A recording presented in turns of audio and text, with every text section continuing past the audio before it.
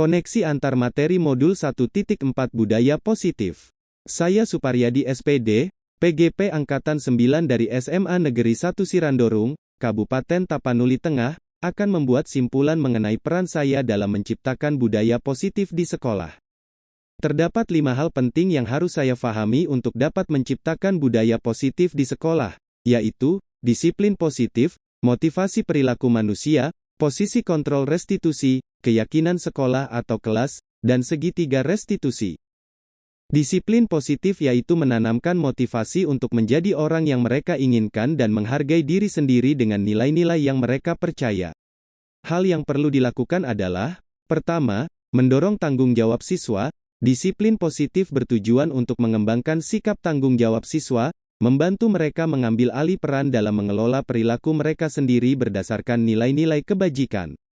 Kedua, menumbuhkan motivasi intrinsik, motivasi dari dalam diri yang tidak akan terpengaruh pada adanya hukuman atau hadiah.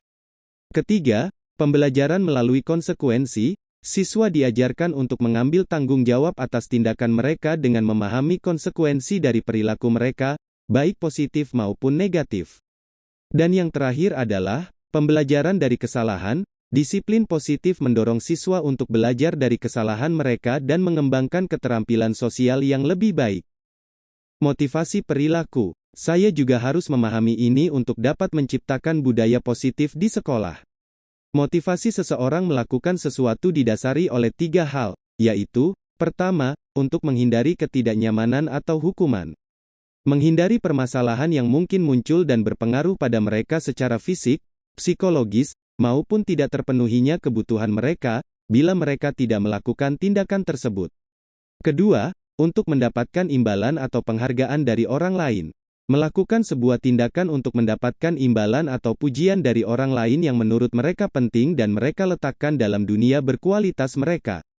Ketiga, untuk menjadi orang yang mereka inginkan dan menghargai diri sendiri dengan nilai-nilai yang mereka percaya.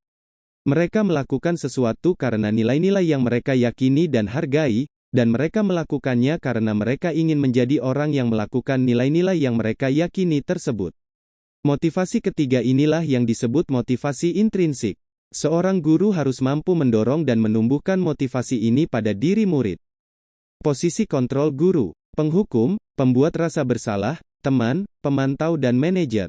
Kelima posisi ini harus saya fahami. Dan posisi kontrol sebagai manajer harus yang diutamakan untuk dilatih dan dikembangkan. Sebagai manajer, pertama, guru berbuat sesuatu bersama murid, mempersilakan murid mempertanggungjawabkan perilakunya dan mendukung murid agar dapat menemukan solusi atas permasalahannya sendiri. Kedua, posisi manajer mengacu pada restitusi yang dapat menjadikan murid sebagai manajer bagi dirinya sendiri sehingga tercipta identitas positif atau berhasil pada diri murid. Keyakinan sekolah atau kelas, yaitu nilai-nilai keselamatan atau kesehatan dengan nilai-nilai kebajikan universal yang disepakati secara tersirat dan tersurat, lepas dari latar belakang suku, negara, bahasa maupun agama. Bahwa menekankan pada keyakinan akan lebih memotivasi seseorang dari dalam dirinya untuk berbuat. Ia akan lebih tergerak dan bersemangat untuk menjalankan keyakinannya, daripada hanya sekedar mengikuti serangkaian peraturan tertulis tanpa makna. Keyakinan sekolah atau kelas berupa pernyataan universal yang positif, mudah diingat, dipahami, dan merupakan kontribusi dari semua warga sekolah atau kelas. Bagian terakhir dan sangat penting untuk dikuasai dan dilakukan adalah konsep segitiga restitusi. Guru dengan posisi kontrol sebagai manajer menggunakan segitiga restitusi dalam membantu siswa menyelesaikan masalahnya. Tahapannya adalah, menstabilkan identitas, validasi tindakan yang salah, dan menanyakan keyakinan. Konsep ini dilakukannya dengan tujuan menghasilkan murid yang mandiri dan bertanggung jawab. Selanjutnya saya akan mengulas keterkaitan antara budaya positif dengan filosofi pendidikan nasional Ki Hajar Dewantara, nilai dan peran guru penggerak, dan visi guru penggerak. Pertama, kaitan antara budaya positif dengan filosofi pendidikan nasional Ki Hajar Dewantara. Salah satu semoboyan Ki Hajar Dewantara adalah Ing Ngarso Sung Tulodo, yang berarti guru adalah role model dalam memberikan contoh sebagai pedoman murid. Di samping itu Ki Hajar Dewantara meyakini bahwa pendidikan seharusnya tidak hanya berfokus pada pengetahuan akademis, tetapi juga membentuk karakter yang baik.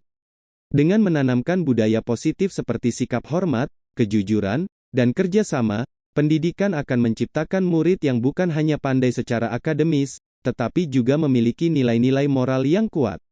Budaya positif akan membentuk generasi muda yang berintegritas, bertanggung jawab, mandiri, dan berkontribusi positif pada masyarakat. Kedua, kaitan antara budaya positif dengan nilai dan peran guru penggerak. Salah satu nilai dari seorang guru penggerak adalah berpusat pada murid, dan penumbuhan budaya positif adalah satu bagian pentingnya. Guru berfungsi sebagai panutan, memberikan teladan, serta menciptakan lingkungan yang mendukung pertumbuhan moral dan etika yang baik. Melalui interaksi sehari-hari, guru penggerak mampu memotivasi murid untuk menginternalisasi nilai-nilai seperti kerja keras, integritas, tanggung jawab, kerjasama, mandiri, dan empati dalam diri murid.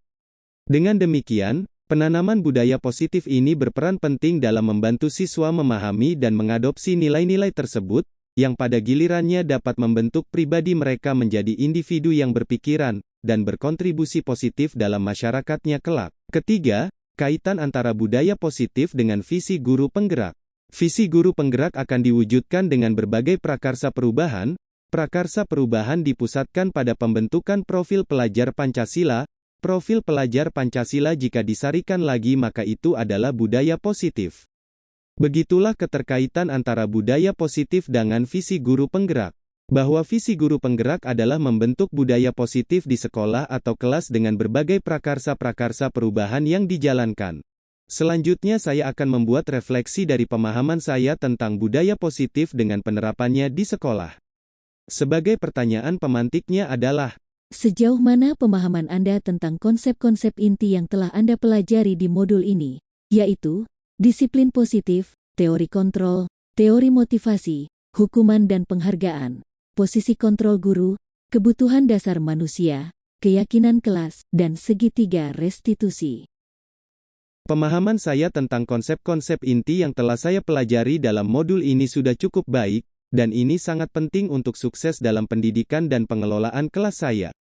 Disiplin positif yang saya pahami adalah pendekatan yang berfokus pada pembangunan hubungan positif dengan murid, dan memotivasi mereka untuk berperilaku baik seperti tanggung jawab dan mandiri, melalui kesadaran diri atau melalui penghargaan dan dukungan guru, sementara hukuman yang keras berusaha untuk dihindari.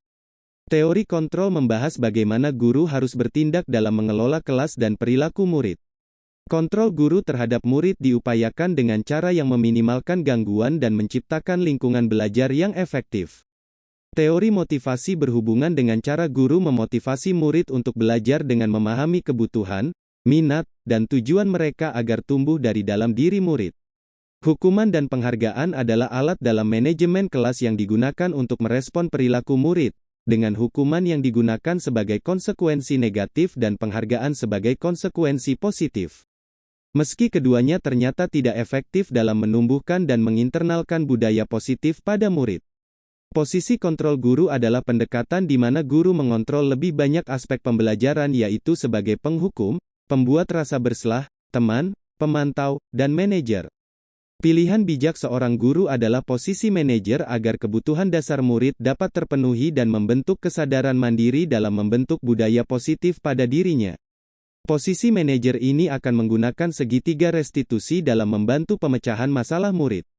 Keyakinan kelas dilakukan untuk menumbuhkan budaya positif murid yang hadir secara intrinsik, bukan karena hukuman atau imbalan.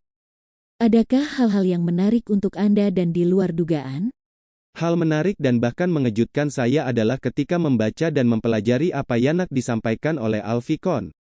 Ia mengemukakan bahwa baik penghargaan maupun hukuman adalah cara-cara mengontrol perilaku seseorang yang menghancurkan potensi untuk pembelajaran yang sesungguhnya.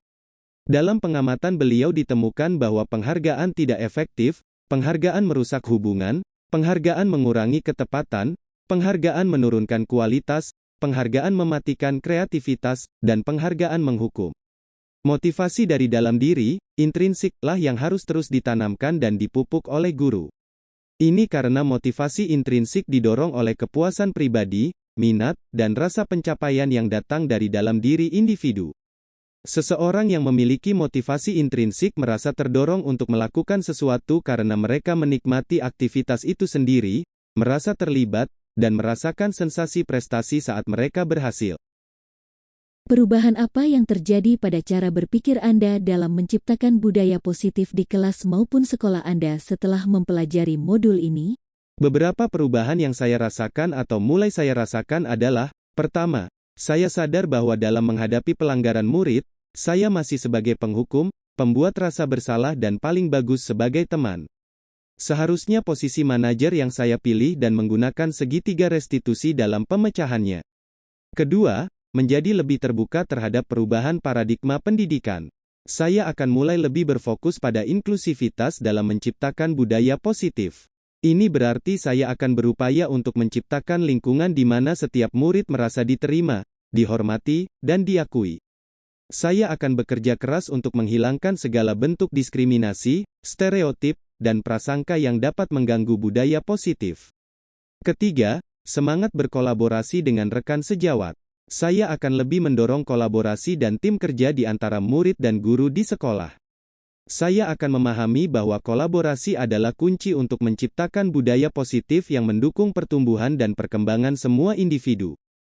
Pengalaman seperti apakah yang pernah Anda alami terkait penerapan konsep-konsep inti dalam modul budaya positif baik di lingkup kelas maupun sekolah Anda? Saya mencoba menerapkan segitiga restitusi dalam menangani murid yang terlambat. Saya memulainya dengan menstabilkan identitas, validasi tindakan yang salah kemudian menanyakan keyakinan. Saya terus belajar agar penerapannya dapat efektif sesuai yang diharapkan. Bagaimanakah perasaan Anda ketika mengalami hal-hal tersebut? Ternyata praktek tidak semudah teorinya. Efektivitas terhadap penerapan segitiga restitusi belum seindah yang saya pelajari. Ada perasaan seperti ingin kembali saja dengan metode lama, hukuman dan membuat anak merasa bersalah. Namun kemudian saya menyadari, bahwa tidak ada tanaman yang bisa menghasilkan setelah sehari dua hari ditanam. Butuh proses, dan di dalam proses dibutuhkan ketekunan dan kesabaran. Menurut Anda, terkait pengalaman dalam penerapan konsep-konsep tersebut, hal apa sajakah yang sudah baik? Adakah yang perlu diperbaiki? Hal yang sudah baik yang telah saya lakukan adalah, pertama, semakin paham dengan langkah-langkah segitiga restitusi dan menguasai kalimat-kalimat yang harus digunakan setiap langkahnya. Kedua, sudah terbiasa menggunakan segitiga restitusi sehingga tidak canggung lagi ketika menerapkannya pada masalah yang nyata. Hal yang perlu diperbaiki adalah, pertama, penanaman budaya positif utamanya dalam penerapan segitiga restitusi tidak dapat dilakukan sendiri. Perlu kerja tim dengan rekan sejawat yang seluruhnya menerapkan metode ini. Kedua, setiap murid memiliki keunikan masalahnya sendiri, maka penerapan segitiga restitusi pada murid tertentu, kadang tidak cocok dilakukan secara klasikal, misalnya karena banyak murid yang terlambat. Sebelum mempelajari modul ini, ketika berinteraksi dengan murid, berdasarkan 5 posisi kontrol, posisi manakah yang paling sering Anda pakai, dan bagaimana perasaan Anda saat itu?